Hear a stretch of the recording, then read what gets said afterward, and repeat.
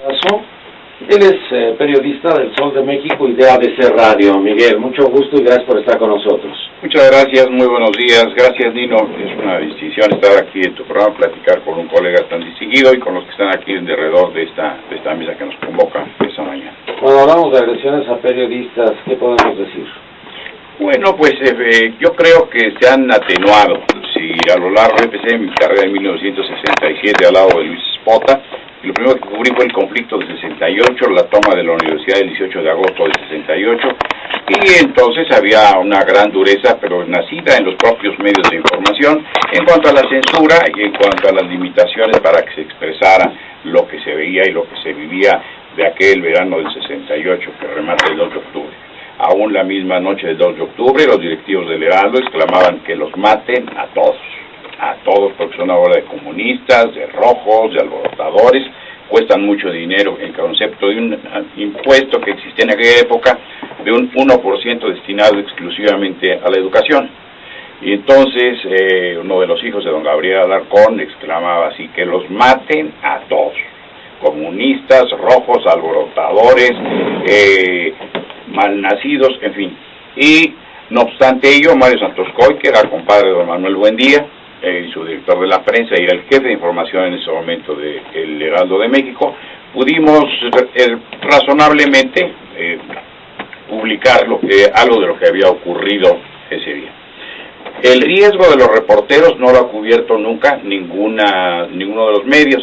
El doctor Héctor Aguilar Camín, mi gran amigo, dice que la prensa habla de todas las cosas que ocurren alrededor de un país, en el seno del país, en la sociedad, pero jamás se ocupa de mirarse a sí misma y decir cómo está la prensa, cómo están los medios. Y no he visto nunca un director de periódico, ni un director realmente salir a defender a los reporteros de cualquier agresión o establecer condiciones para su mejor desempeño. Lo mismo, claro, si lo mandan a una guerra, como a mí me mandó Eliseo Zabludovsky en 75 a cubrir Líbano, pues uno sabe que va a una guerra y debe cuidarse, y debe caminar y aprender a caminar en medio de la refriega.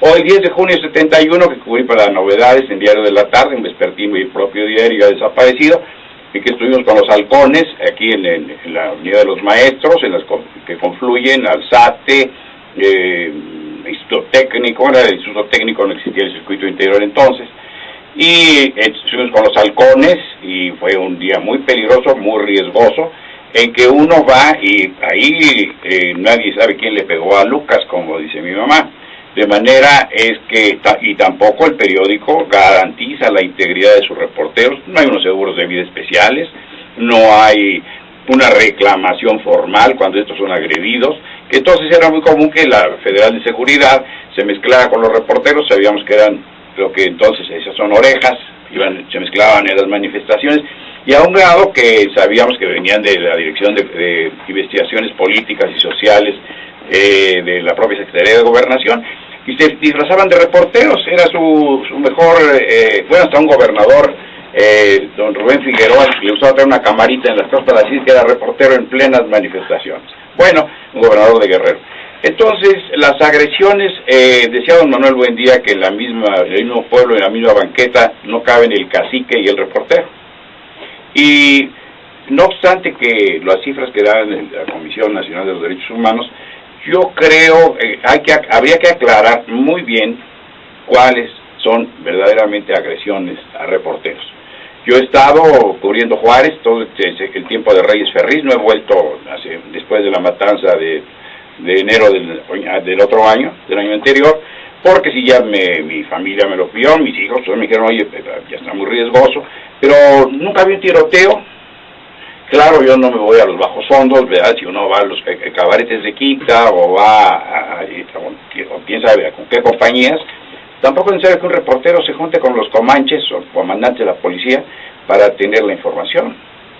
De suerte que sí hay una suerte de limitantes que creo que se han atenuado, y quien anda en el riesgo la fuente policíaca, como escribe también en Morir en el Golfo Héctor Aguilar Camín, en la película que hace Enrique Rocha, pues la fuente policíaca sirve para conocer muy bien a la sociedad mexicana. Yo no he cubierto nunca a la fuente policíaca. Antes les decían orejas, hoy les dicen halcones. mira, ya lo aprendí. Ya lo aprendí. También nos acompaña el día de hoy el licenciado Juan Carlos Romero, oficial adjunto del Programa de Libertad de Expresión de la Organización Internacional Artículo 19. Juan Carlos, mucho gusto. Mucho gusto, buen día para todos.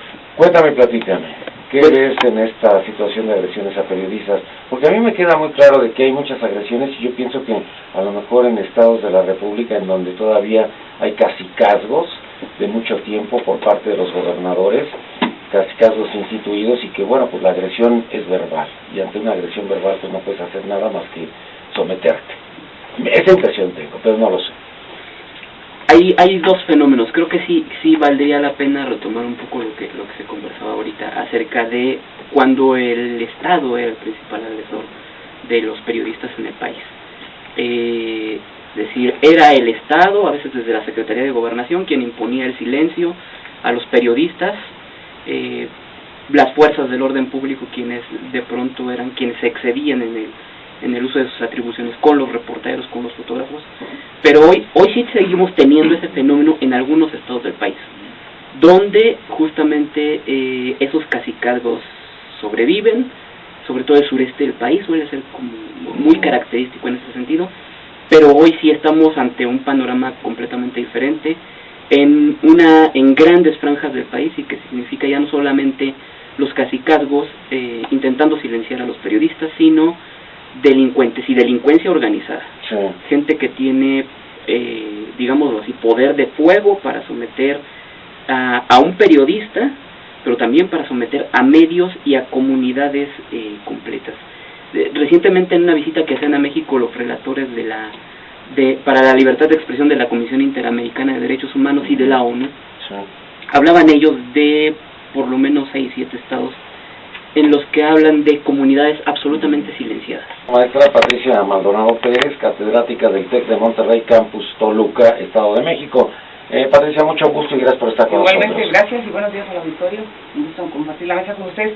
Bueno, el TEC de Monterrey, claro, está haciendo algunas estrategias, sobre todo encaminadas a la formación profesional de los periodistas, que nosotros vemos como algo indiscutible. Comentaba el compañero... Juan Carlos. Sí, gracias.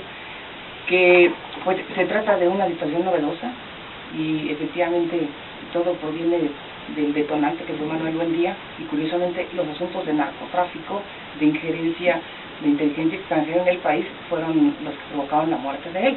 Entonces, lo que habría que reflexionar en este momento es las circunstancias, las que estamos viendo en este momento, y reconocer que el oficio periodístico tiene riesgos inherentes. Entonces, a todos los que ejercemos la profesión nos corresponde directamente prevenir, no es otra cosa más que anticiparnos. ¿Qué nos falta, por ejemplo, a nivel general en el país? Establecer protocolos de seguridad. Habría que reflexionarlos. ¿Quién los tendría que poner en primera instancia? Obviamente, los que todos los días salen a la calle en la búsqueda de la noticia, los jefes de información, los editores, los directores de los medios, pero para eso habría que tener pues, un cambio general de mentalidad. ¿Qué pasa, por ejemplo, con periodistas en Chile? ¿Qué pasa ahora con Colombia, que hasta reformó el artículo 73 para garantizar la libertad de expresión, que viene teniendo como clima el ejercicio de la democracia? Hay que hacer varios cambios, pero sí tendríamos que replantearnos lo que estamos en los medios. ¿Ya tenemos libertad de expresión? Sí. Yo Reyes Razo digo sí. Contundentemente, hasta un exceso, hasta abusivamente, hasta... A ver, libertad de expresión y hemos llegado al libertinaje. Sí, a desorden. Preferible, en todo caso, sí, preferible en todo caso que a la sujeción, al arrojamiento de la opinión. Fíjate que tengo una llamada de Jesús Noyola. Dice, cuando nos gobernó el PRI había secretarios de gobernación que hablaban a los periodistas con voz amenazante y le decían, o le bajas o te largas. Eso maestro nunca hablaba con un reportero. Consecuencias. Pues voy a platicar mi asunto. Esa era la dictadura. Yo escuché en alguna ocasión a Nino Canún decir que lo habían corrido 14 veces. Sí, 14 veces me corrió. Bueno. Le voy a platicar una de una secretaria de gobernación. Yo trabajaba en Radio Foro. Entonces me dijeron que le urgía a Emilio Echoipe, el secretario de Gobernación, que tomara yo una llamada fuera del aire. Salí y me dijo, me sacas a Carlos Ramírez en este momento. A Carlos Ramírez, el columnista. A Carlos Ramírez, el columnista. Entonces, sí te hablaban. sí me hablaron y sí me habló el secretario de Gobernación, porque no quería a Carlos Ramírez en la... Ahí estaba presente conmigo. Haz de cuenta, ahorita, sí, tú estás aquí como mi invitado, y me hablara el secretario de Gobernación, en este momento fuera, y me dijera, sácame a revisor. Ahorita, en este momento. Así fue, tal cual, te lo estoy platicando.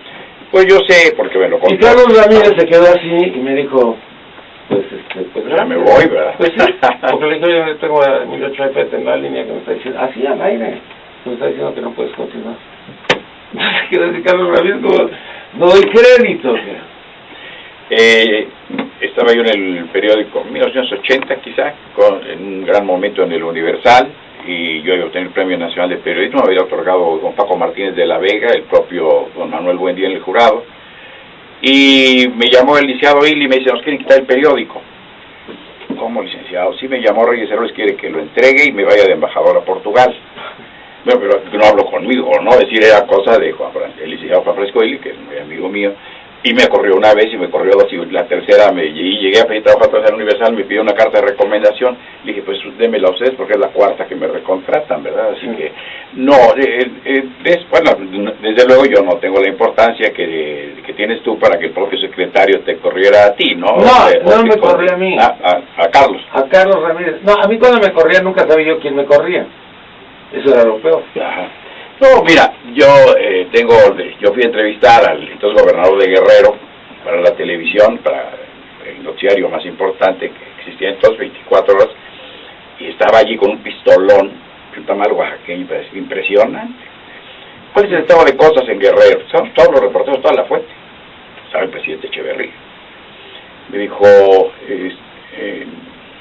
de paz, de tranquilidad, estamos aquí haciendo las cosas en orden, trabajando, progresando. ¿Cómo le hizo usted para conseguir ese estado de cosas en este estado, en esta entidad? Gracias a este hombre, el diálogo que preconiza el presidente Echeverría, gracias a ello, estamos avanzando. Pues es que anoche fuimos detenidos desde Lázaro Cárdenas, siderúrgica, aquí en el viaje, cosa de Cuenca Díaz. Eso es cosa del secretario de la Defensa, yo no tengo nada que ver con ello. ¿Y por qué si el clima es de paz, de tranquilidad y de jauja aquí en Guerrero, por qué usted, el gobernador, anda armado? Al oír eso, don Rubén Figueroa alzó las manos, como dice eso, hands up, levantó así, dijo, bueno, es que yo no voy a salir a la calle para que me den, aquí la gente se mata de puerta a puerta, y yo, además no es nuevo que yo ande armado. Mi abuelita me regaló mi primera pistola cuando tenía 7 años, y me dijo, Rubencito, si tú no te defiendes, nadie te va, por eso ando armado. Así que quienes venimos con el presidente debemos venir armados, de los demás no sé, me dijo, me cuido yo. Y en ese momento me hablaron de la oficina central de noticiarios y me dijeron, estás fuera de la fuente de presidencia y esas entrevistas no se hacen. Pues ya entendiste que... Bueno, pero dentro de ahí, ahí fue dentro de la propia prensa, y de lo que tenemos como expectativas. Pero a mí llegaban los secretarios con un acordeón y el acordeón decía lo que yo tenía que preguntar y lo que él tenía que contestar, pero yo no podía repreguntar, porque si no, entonces ya no me mandaban a nadie. Entonces las entrevistas no las escuchaba ni la mamá del secretario, ¿cómo es que decía tu abuelita, Lucas o qué? No, ¿quién le pegó a Lucas? ¿Quién le pegó a Lucas? Bueno, aquí ni Lucas nos Averígüelo, Vargas, porque te juro, era de lo más aburrido. Ahora, ¿hasta dónde está la libertad de expresión? Porque dicen, bueno, la libertad de expresión debe ser una libertad, pero debe ser una libertad. Y cuando empiezan a decir todo lo que tiene que haber como debe ser la libertad. A la libertad de expresión, dejó de ser libertad de expresión. Sí. Sin duda, Nino, mira, yo te diría dos cosas. Primero, hay avance en materia de libertad de expresión, eso es innegable, pero también habría que matizar. Decía Juan Carlos, y me parece que lo decía muy bien, hoy por hoy son grupos de poder fáctico, grupos delincuenciales, los que en gran medida coartan la libertad de expresión, que amenazan, que agreden a periodistas, a comunicadores. Pero aquí hay un tema también fundamental y es la responsabilidad del Estado en los 3 ámbitos de gobierno, en 2 materias muy importantes. Lo primero, Nino, en materia de prevención del delito. Es decir, es fundamental y es obligación de las autoridades prevenir la comisión de estos delitos, de estas amenazas, de estas agresiones en perjuicio de periodistas y de comunicadores, y que finalmente, sin duda, en lo que terminan es en coartar de alguna u otra forma la libertad de expresión y, a su vez, el correlativo derecho humano, que es el derecho a la información que tenemos todos. Y por eso yo señalaba al principio, en la medida en que se coarta estos derechos, en esa misma medida se está atentando de manera directa en perjuicio de la vida democrática del país, que en gran medida es un papel muy importante, fundamental de los comunicadores. Pero te diría otra cuestión, y es en materia de procuración de justicia. Una vez que lamentablemente, Nino, ocurren casos como estos que hemos documentado de 75 homicidios en perjuicio de periodistas, desapariciones, casos de atentados a medios de comunicación, según hemos documentado en la Comisión Nacional de los Derechos Humanos, y el doctor Plasencia nos ha instruido para que elaboremos un nuevo informe a ese respecto en materia de agresiones y en materia de impunidad. A este respecto, pues, poco más del 15%, alrededor del 15% de los casos se ha consignado ante las autoridades correspondientes y se ha dictado en casos aún todavía en un porcentaje mucho menor sentencias condenatorias. En la medida, Nino, en que las autoridades no implementen política pública muy puntual, muy concreta y eficaz en materia de prevención del delito, y en la medida en que cuando lamentablemente ya se actualiza algún caso de agresión, no se procure justicia, no se sancione a los responsables, en esa misma medida, Nino, va a ser imposible, o al menos muy difícil, que pueda evitarse que se repitan actos de estas características. Si ustedes salen ahorita, en cualquier puesto de periódicos pueden comprar esta revista Proceso, donde en la portada está el presidente Calderón de cuerpo entero, pero se agotó en Reynosa, Tamaulipas, la compraron toda. Me puse a leer todo y no tocan nada de Reynosa, Tamaulipas. ¿Por qué? ¿Tú sabes por qué se agotó? Cuéntame por qué se agotó. Porque estoy angustiado y aterrorizado de que llegaron todos en Reynosa, Tamaulipas y dijeron, vamos a comprar esta revista. Viene un artículo muy bueno, yo no lo había visto ni no, y no voy a hacer trampas al auditorio de esta estación tan querida. Viene aquí, hay que decir cómo está la portada. Este es un presidente pentativo, ensimismado, va ajustándose el botón central del saco, está de perfil, y la que es atractivísimo, que dice Julio Scherer García, lo que usted quería saber, suspensivos, cruza a la altura del pectoral del presidente, y dice Calderón de cuerpo entero. Entonces, esto es lo que hace... Reynosa, ¿por qué Reynosa? Bueno, yo creo que... No, porque Reynosa, digo, pregunto. No, creo que este número, el que se haya agotado este número, el que se haya comprado masivamente este número, obedece al número anterior de Proceso, que trata un tema... el anterior. Que trata justamente las complicidades de un narcotraficante local de Tamaulipas, conocido por su apodo como el COS, y se habla de las complicidades en Tamaulipas con esto. No es un fenómeno nuevo. Perdón, ¿en Reynosa nada más o en el estado? Porque Reynosa es donde se agotó y llegaron y se compraron todas las revistas. Claro. No alcanzo a entender. Reynosa puede ser... Porque Matamoros está pegado. ¿A cuántos llegaron? Digo, tampoco. Los que hayan llegado, aunque hayan llegado 20, llega alguien y dice, me llevo las 20. Sí, es cierto. Mira, ¿puedo agregar algo? O me llevo las 200. No, es muy posible que se haya agotado en muchos más municipios. Ahí dice, ellos citan. Proceso cita nada más Reynosa. Sí. Y obviamente, bueno, pues tienen una opinión válida porque pues ahí se agotaron. ¿No es la primera vez que les pasa? No, a todos. Ni en Tamaulipas, ni en varios estados. Lado. El año pasado les pasó por lo menos 3 veces a Proceso traer temas delicados en diferentes lugares del país, compras masivas. A veces ni siquiera se requiere de agresión, son compras no hubo agresión, para retirar completo. Y además suele pasar que esto en Tamaulipas, y en este caso supimos, hay muchísimos en los que no sabemos, porque Tamaulipas es una zona de la que sale prácticamente nada de información. Es una fortuna que se sepa que en Tamaulipas pasó eso. ¿A qué lo atribuye usted, perdón, ustedes que están dedicados a examinar esto y a reunir perdón, Nino, pero... Es que es muy extraño, porque yo de veras me puse yo fíjate que ahorita voy a traer el otro número, el anterior, porque seguramente tú tienes toda la razón, pero yo me puse a observar todo, y dije yo, chispas, no viene nada de Reynosa. ¿Por qué en Reynosa? ¿Por qué no? Yo conozco, de ahora? Sí, es el que está circulando. Pero yo conozco perfectamente el estado de Tamaulipas y sé que juntita a Reynosa está Matamoros. Entonces, pues nada más tengo que caminar unos cuantos metros, por decirlo de alguna forma metafórica, y me compro las que yo quiera. Es lo que no alcanzo a entender. Me parece que has tocado un tema fundamental, Nino, perdón, que tome así la palabra. Estamos hablando de momentos actuales. Y lo que yo te puedo señalar, Nino, es que nosotros hemos documentado quejas, y así lo han señalado en las quejas los agraviados, en que se verifican en distintos puntos, en distintos estados y municipios, casos como tú bien señalas. Desconozco si este es el caso, desde luego no podría yo asegurarlo, está denunciado por ellos. Pero sin duda supuestos, me parece que Juan Carlos también lo estaba señalando a ese respecto, en que efectivamente se verifican compras masivas en los puestos. Y que puede ser lo que dice Miguel, que aquí cada vez que hablamos a nivel nacional pensamos que llega todas las cantidades de revistas y nomás llegan 20, ¿no?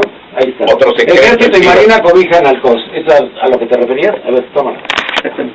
Sí, para que la tengas en las manos y nos digas y nos precises. Sí. Este es el número anterior. Este es el número anterior y de hecho en el cintillo de la cabeza trae Tamaulipas y habla de un narcotraficante, un conocido narcotraficante. ¿Qué dice la portada? Ejército y Marina cobijan a el COS. Y está ahí el COS con un gran sombrero y hombre de pelo en pecho, notable, casi hasta el cuello le llega. Según las estadísticas, el 65% proviene de agresiones de gente que trabaja directamente en el ejército o que se trata de policías federales y después que vienen de las representaciones de los gobiernos locales. Entonces, esa es una situación contraria a lo que se podría hablar de libertad de expresión. Los periodistas actualmente en quienes más confían necesariamente es en la Comisión Nacional de Derechos Humanos, que ha demostrado un indiscutible apoyo, pero de otra parte está, por ejemplo, la PGR. ¿Qué ha hecho la PGR? Supuestamente anunciaron la creación de una fiscalía especializada para atender... Ya estaba desde antes. Sí, pero... Sí, estaba desde antes. Nino, tú recordarás claramente que han estado haciendo relevos continuos de funcionarios. No funciona como una instancia que provea información jurídica, que respalde, que reaccione. ¿Qué pasó, por ejemplo, en Colombia?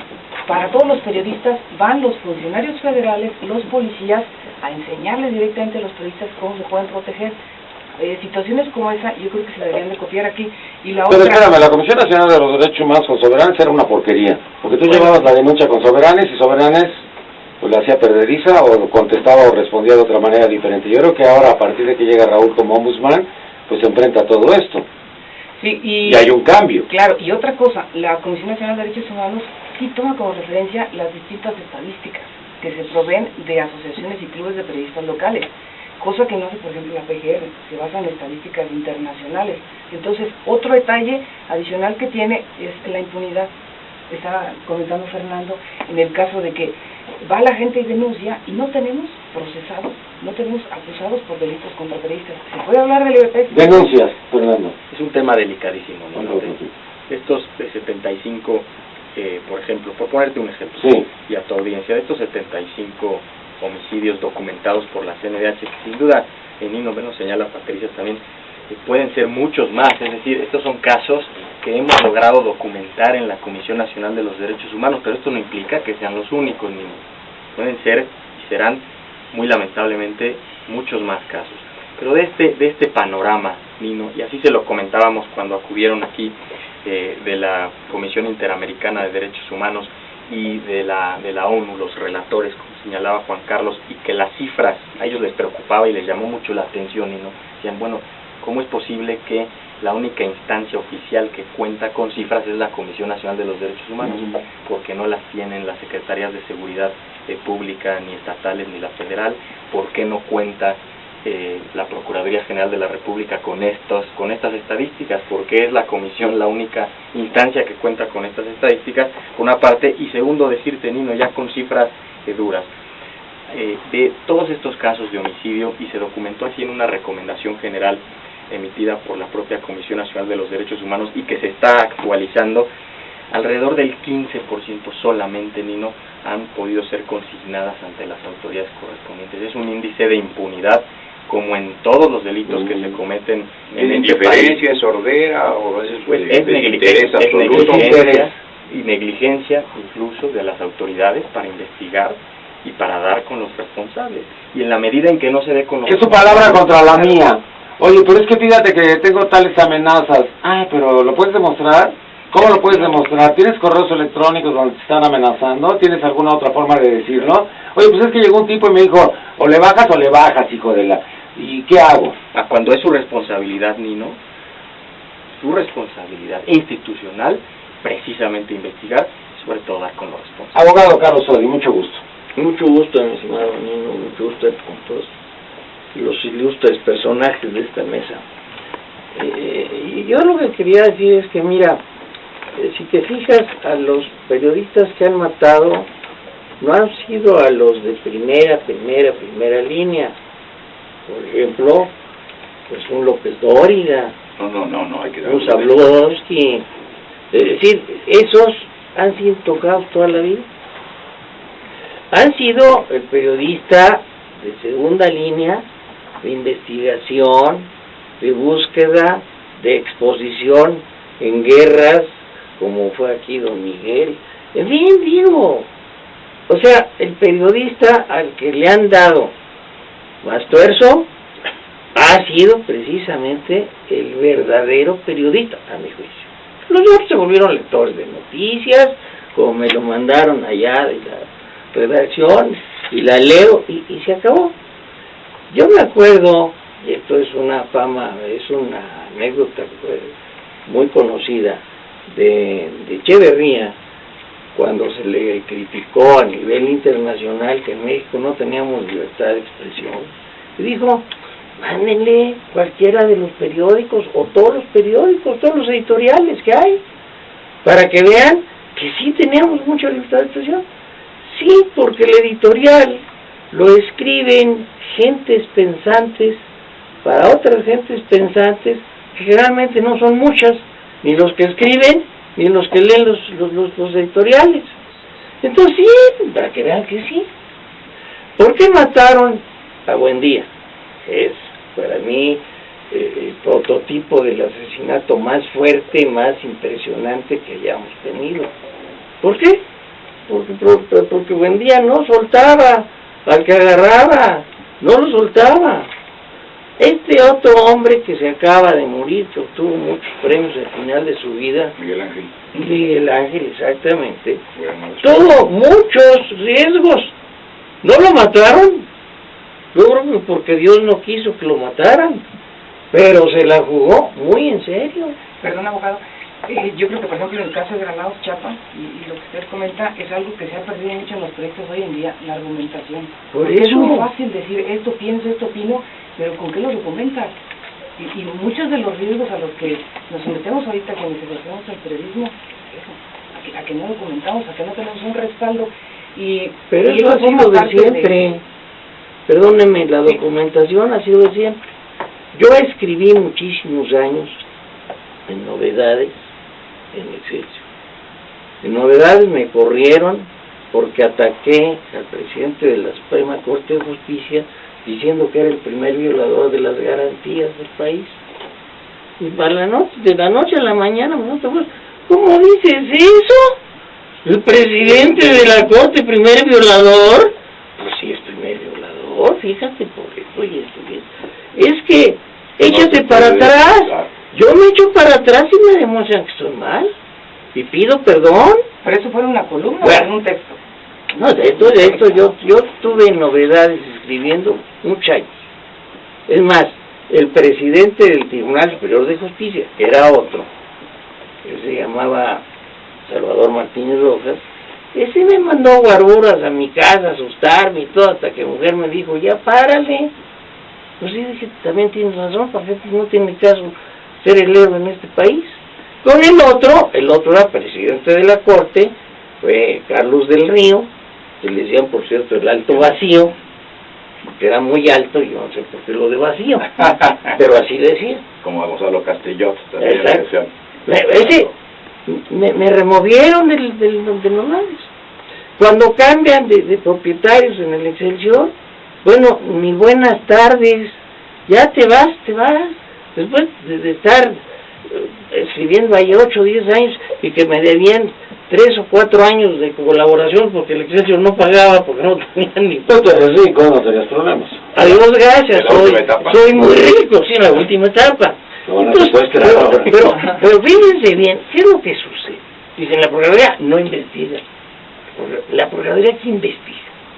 Sinceramente, ¿qué investiga? La PGR ni siquiera puede ser vigilada por la Comisión Nacional de Derechos Humanos. Sí, pero también los periodistas no debemos establecer límites, y muchos de nosotros hacemos labores persecutorias que no... Para eso estaría la PGR, para investigar, para averiguar y para decir, oye, está diciendo mentiras. No, está en campaña contra fulano exacto, debidamente. y entonces tú eres el que te metes en Lo que problemas. me refiero es que muchas veces nos extralimitamos en las funciones, y ahí es donde... A ver, ¿qué es extralimitarse? Cuidado, cuidado, cuidado. Porque yo veo al servidor público que dice, me atacas. Oye, güey, te critico, yo nunca te he atacado, si no tengo nada personal contigo. Pero lo toman, Para ellos es un ataque. Cualquier cosa que obviamente no eres cuate. estés pegando. Sí, porque pero eso varias es veces los criterios extralimitarte. periodísticos afectan, ¿no? Por favor. Es que es en donde yo me quedo así como, ¿hasta dónde es la crítica? Es que debería ser una crítica responsable. ¿Y cuál es la crítica responsable? Es que debe ser una crítica positiva. ¿Cuál es la crítica positiva? No solamente de reseñar, sino de informar. No solamente de describir y hacer un fresco y un mural extraordinario de la realidad nacional, no, ni lo que está viendo, sino también fundamentarlo y darle el espacio histórico, temporal, espacial que debe tener cada información. Y no a las de buenas a primeras se oye un grito ahí que vaya a ver a su madre fulano y tal. ¿Por qué? A ver, ¿por qué se reseña así? A ver, usted por qué le está... venga y dígaselo, a ver, y confróntelo. Entonces el reportero toma eso, qué bárbaro. Hoy empleamos un lenguaje horriblemente vulgar. A ver, yo me acuerdo que... Vacuno, ruin, indebido, en quienes tenemos la palabra y debía ser nuestro mejor instrumento, más pulido, más afinado, más certero y bien dicho y educado. En los tiempos de Cedillo, a Carlos Salomón, su director de comunicación, se le ocurrió que como no había speaker como en los Estados Unidos, que es el que está hablando, el famoso vocero, como el que tenía Fox, de lo que quiso decir Fox, se le ocurrió, ¿por qué no hacer ruedas con los periodistas? Y entonces dijo, ¿por qué no los periodistas le van preguntando al presidente? Y entonces todo salió muy bien, pero en la tercera, un periodista de Ovaciones, no sé qué le preguntó, y fue la última entrevista que se dio abierta. Entonces uno decía, bueno, ¿en qué o qué le dijo el periodista de Ovaciones que haya, bueno, desencajado al presidente Zedillo?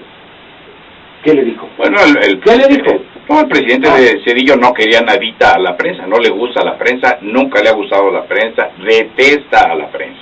Yo me la pasaba muy bien con el presidente Zedillo, porque los presidentes por lo regular te echan una llamadita y te dicen, ay, que cómo van las cosas. Con Salinas era muy padre, porque era muy importante, era interesante. ¿A quién le gustaba la prensa? Sí, ese sí, se echaba buenos rollos y discutía contigo. Un día me dijo, si un día en tu programa de televisión le mientan la madre al presidente Carlos Salinas de Gortari, ¿qué vas a hacer? Porque tú les das el micrófono. Dije, pues voy a un corte, porque pues no es el tema. Ya no dijo nada. Con Fox, te sentabas con Fox, te llevaba Durazo, te sentaba con Fox, que era el particular. Y Fox empezaba a hablar y hablar y hablar, decías, Chihuahua, no se habrá dado cuenta que ya no es candidato, ya es el presidente. Y al final decías, pues gracias a Dios. Pero con Zedillo era de lo más interesante, no te pelaba. Entonces estabas ahí sentado con él y él estaba viendo cosas y decía, fíjate qué tal cosa, y entonces, oye, Reto, pero qué tal cosa. Ay, espérame, estoy viendo. O sea, te daba el avión para que te largaras y para que no regresaras. Es cierto lo que tú dices, no le gustó. No le gustaba, en cambio, el presidente... Fox decía que no le gustaba leer los periódicos, pero espero que escuchara radio. A él no lo conozco. Pero sí, me dijiste que este tema era... agresiones a los periodistas, y para mí la peor de todas las agresiones son los asesinatos que ha habido para los periodistas. Claro. Esos son para mí los más graves, y para entonces ya olvídese de que si tuvo o no tuvo el cuidado de buscar la información, etcétera, porque digo, yo conozco a muchísimas, sobre todo muchachas, a las mujeres que escriben en columnas, como les encanta lo que oyeron en el café o en el restaurante llegar y reportearlo, y Ya es noticia. Me abstengo de decir nombres. Claro. Pero si se exceden, pues eso debería estar la Procuraduría y estar haciendo sus investigaciones. Pero la Procuraduría es un ente tan extraordinariamente ineficiente que tenemos 40 y tantos mil o 50 y tantos mil muertos. No sabemos los nombres, no sabemos ni los lugares. Eso estoy hablando de una simple cantidad estadística. 50,000 muertos. Sí, pero estamos hablando pues de agresiones hacia periodistas y yo creo que el factor determinante es prevenir. ¿Sí? Entonces eso es a lo que yo quería hacer énfasis, y muchos de los que ejercemos el periodismo asumimos una labor protagonista, y cuando yo digo que nos extralimitamos, por ejemplo, en este momento, a ver, cubrir una balacera, ¿qué tiene que hacer el periodista? Contando los muertos, haciendo actividades que le corresponden a la policía. A ver, si te vas a cubrir una manifestación, pues llévate un chaleco, llévate un casco. Esas cosas tan simples nos falta pensar y replantearnos para ir haciendo acciones preventivas que no devengan en lo que usted decía, porque sí es muy triste. Yo he revisado las estadísticas y los casos individuales de los periodistas muertos en México, donde ¿qué es lo que leemos? Torturados y acribillados, ¿vale? Otros que nada más el término es asesinados. ¿Y qué pasó primero? Nuestros periodistas los mataron fuera de escuela, cuando se dirigían al trabajo, cuando iban saliendo del trabajo.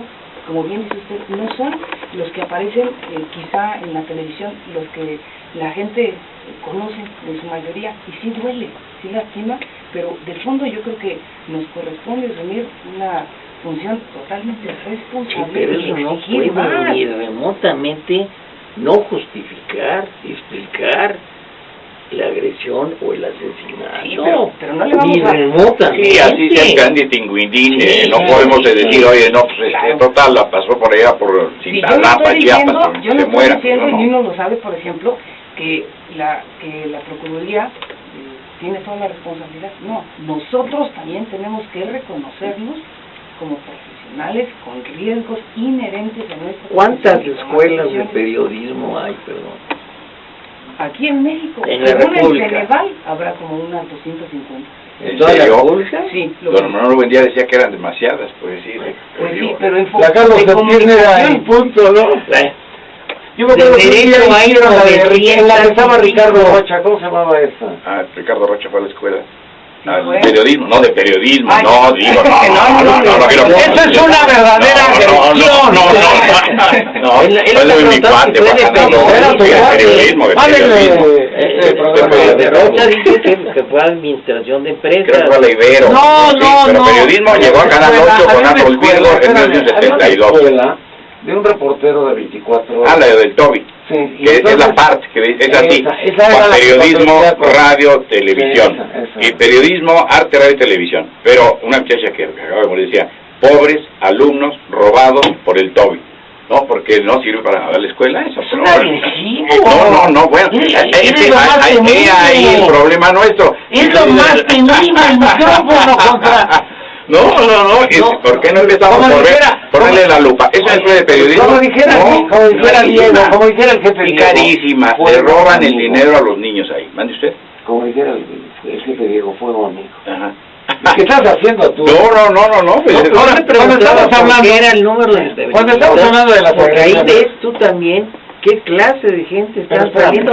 Y dije, egresados. En carrera de Derecho son 900 escuelas.